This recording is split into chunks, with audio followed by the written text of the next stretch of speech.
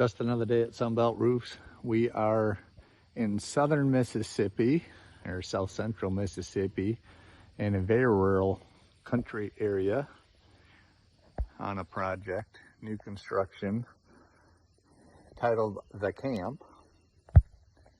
So we're doing obviously GAF HDZ on this gorgeous retreat. Just getting started here. Gonna get it dried in, get the roof on. It's a very massive family getaway place. There's the pump shed, generator in place for power. Very large project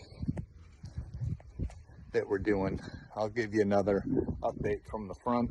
But this will be GF HDZ charcoal with some accenting standing seam panels on the front. Just wanted to give you a quick glimpse of this gorgeous project.